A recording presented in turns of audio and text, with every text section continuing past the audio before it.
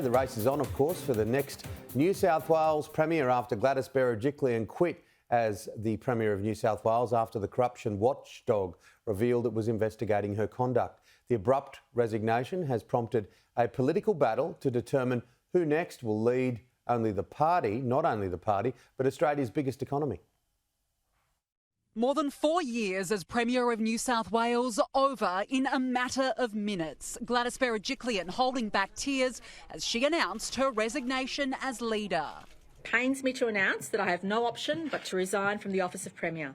My resignation will take effect as soon as the New South Wales Liberal Party can elect a new parliamentary leader.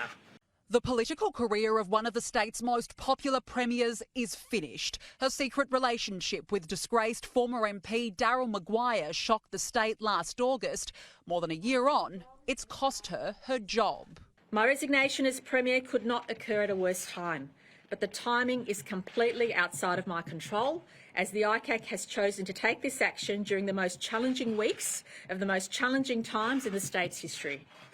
That is the ICAC's prerogative. Rumours and speculation that the state's corruption watchdog was probing the Premier have been rife for months. But ICAC's formal announcement that it was investigating allegations she breached public trust by not disclosing the allegedly corrupt conduct of her former boyfriend Daryl Maguire was a fatal blow. Ms Berejiklian says it was not an option to just stand aside for the duration of the investigation. Resigning at this time is against every instinct in my being and something which I do not want to do. I state categorically I've always acted with the highest level of integrity. History will demonstrate that I've always executed my duties, again, with the highest level of integrity for the benefit of the people of New South Wales.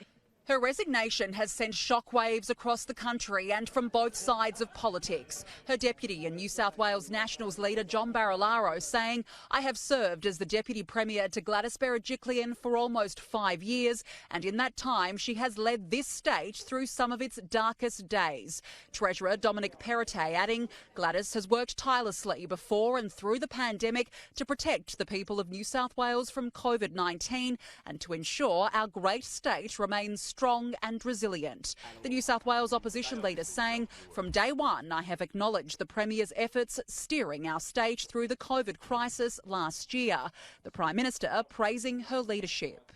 She has displayed heroic qualities as the Premier of New South Wales, and I have no doubt that Gladys will always conduct herself in a way that suits the integrity of the office that she's held, and I know how seriously she takes that trust.